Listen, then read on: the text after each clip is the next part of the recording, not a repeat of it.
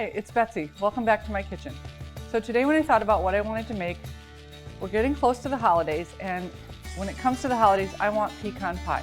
I want pecan pie in any form I can get it in. I want the pie, I want it in little nut cups, I want it as a bar. So today I thought I'd make pecan pie bars because they span the whole season. I will tell you I've been known to make pecan pie bars and serve it as a dessert with a scoop of ice cream. I've been known to eat it right out of the pan.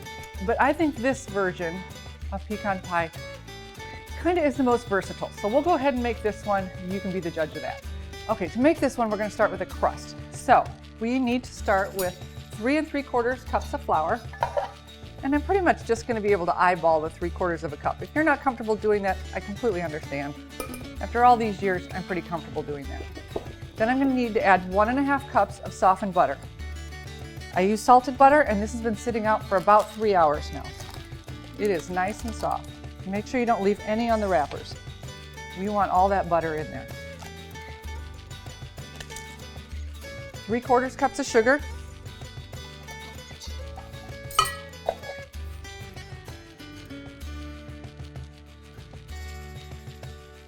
And 3/4 of a teaspoon of salt.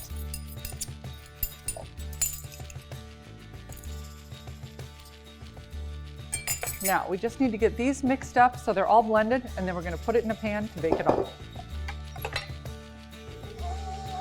Now, to get the pan ready, while that's doing it, I'm going to get the pan ready, and I can do it 2 different ways. I can spray this pan up really generously, and that'll work just fine, or I can use parchment paper. I buy parchment paper in these big sheets, and I do that for a reason. I cut them in half to use for cookies, but I can also line a baking pan to bake off bars. And they're a little large for that, so I'll cut off part of the end. What I'm looking for is I just want a little tail coming off the side. It makes cleanup a whole lot easier, and it makes cutting a whole lot easier. So this time I'm going to go ahead and do it with parchment paper. Pecan pie bars are super sticky, so parchment paper makes cleanup so much easier. Now, you're still going to need to spray up the ends, and a little trick. You want the parchment paper to stay in place.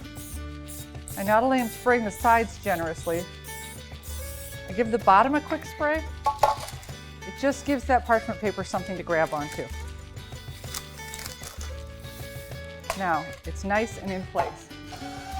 So this has gone from dry ingredients to kind of starting to form together. It's never going to become a full ball, but I want it to start to look like it's coming together.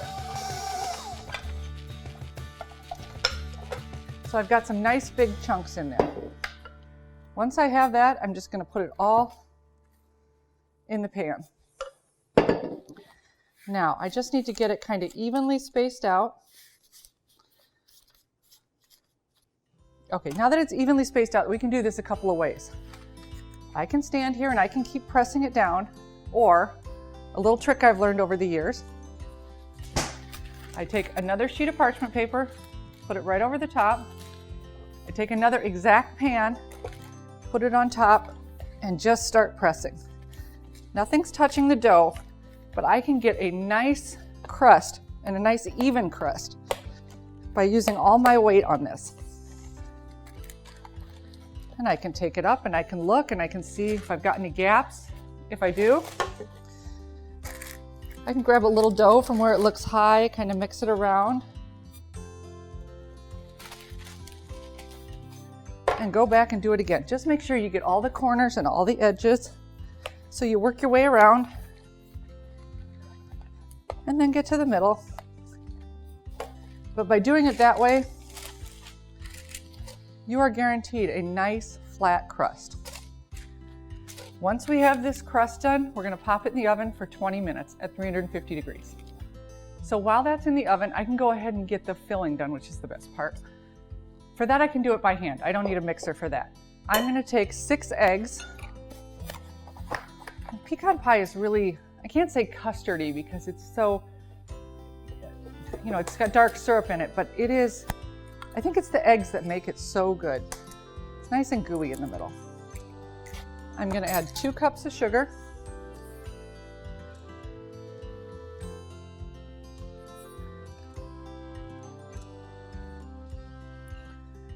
And before I forget, I'm I'm gonna poke those eggs because it drives me crazy when they don't want to break. I don't know where that other one is, but I think I got him. And I'm gonna get this mixed together just with a hand whisk, just to get those eggs and sugar all mixed together. See, there's one that doesn't want to break. I think that's my pet peeve, is eggs that want to sneak around a bowl. But I always win, so it doesn't matter. Okay, we've got that all together. And then we're going to add 2 cups of dark syrup. Now, this says it's 2 cups. If you can figure out a way to get 2 cups out of this, let me know. It's so sticky. I always have to open a second bottle just to get 2 cups. I suppose I could turn it upside down and stand here for an hour, but I don't really have time for that. So, get the second one and get 2 full cups.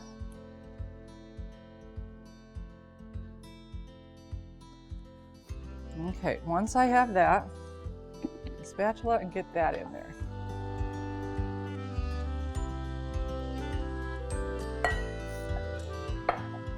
I'm going to add 2 teaspoons of salt. And this recipe originally came from a cookbook that I had from my hometown. I don't know why the recipe calls for 2 teaspoons of flour, because that just seems like a ridiculously small amount of flour. I can't imagine what 2 teaspoons of flour does to this, but whoever made the recipe thought it was important, so who am I to change it? I'm going to mix that all in. It's looking great already. I'm going to add 3 cups of pecans. Now, I use chopped pecans, and I think for the bar you should. Nothing more beautiful than a pecan pie that's made with full pecans, or the full pecan halves. For the bar, I just think it's better for cutting purposes. If you can get chopped pecans or chop them yourself, it's a much better solution here. 3 full cups of pecans. And then this calls for 6 tablespoons of melted butter. I went ahead and pre-melted that. And finally, 2 teaspoons of vanilla. Once I've got all the other ingredients in, I don't need the whisk. The nuts are gonna get stuck in the whisk. So I can just use a rubber spatula or a spoon, either one, just to get this all mixed. And then once it's all mixed, it's done. We are gonna we're gonna wait for the crust to get done, and then we pour this on top and bake it some more. So this is our crust after it's cooked. You can see it's just slightly brown around the edges. That's what we're looking for. And once we have that, the only thing, you've got to make sure you're on a level surface. So if you put it on a hot pad, make sure they're level when we pour this topping on.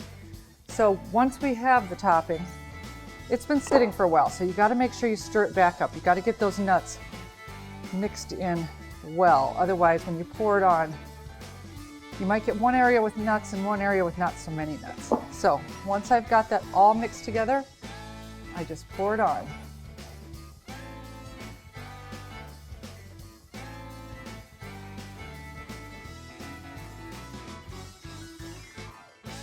So once I have it all poured in there, I'm going to take it back to the oven. It's going to be about 25 minutes. You can see right now it's super jiggly and actually kind of difficult to get to the oven, so be careful you don't make it lopsided as you go in there, you'll spill it. But once you get it in the oven, 25 minutes later, go in there and just jiggle it a little bit.